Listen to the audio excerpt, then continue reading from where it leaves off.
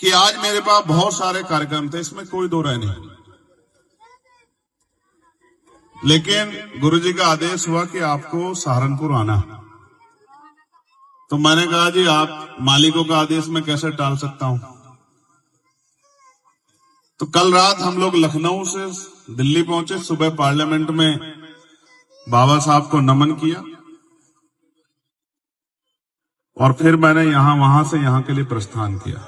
और जो नया हाईवे बना है उसी को मैं आया, बड़े जल्दी आ गया, 2 घंटे का समय लगा मुझे आने में। प्यारे साथियों, एक बड़ा परिवार यहां बैठा है, मेरी बहनें भी हैं, माएँ भी हैं, बड़े बुजुर्ग भी हैं, नौजवान साथी भी हैं। मैं आपकी भावनाओं का बड़ा सम्मान करता हूं। और जो संचालक कर रहे थे उन्होंने मुझसे वहां जाके भी कहा कि भैया मैं माफ नहीं चाहता। नहीं यार, मैं तो आपका भाई हूं, मुझसे कहा कि माफ।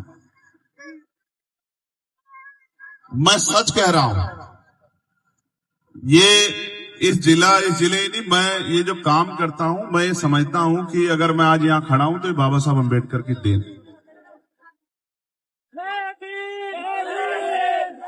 और मैं आज आपको कह रहा हूं, इस सहारनपुर में खड़े होकर मैं अपने खून का कतरा कतरा लगा दूंगा, लेकिन मैं स्वाभिमानी आदमी, मुझे खरीद नहीं सकता कोई, ना मुझे कोई रोक सकता है। आप मेरी बात को याद रखना, मैं आपको फिर कह रहा हूं, जब मैं सुबह पार्लियामेंट में गया था, मैं उससे पहले जेल से आने के बाद 2019 में गया, पहली बार गया तो मैं वहां संकल्प करके आया कि मैं अब पार्लियामेंट तब आऊंगा जब मैं लोकसभा का सदस्य बन जाऊंगा। जब मैं गया 2024 में और उस बाबा साहब अम्बेडकर के स्टैचू के सामने खड़ा होकर मैंने कहा कि बाबा साहब, मैं जो वादा करके गया था मैं उसको पूरा करने के लिए यहां आया।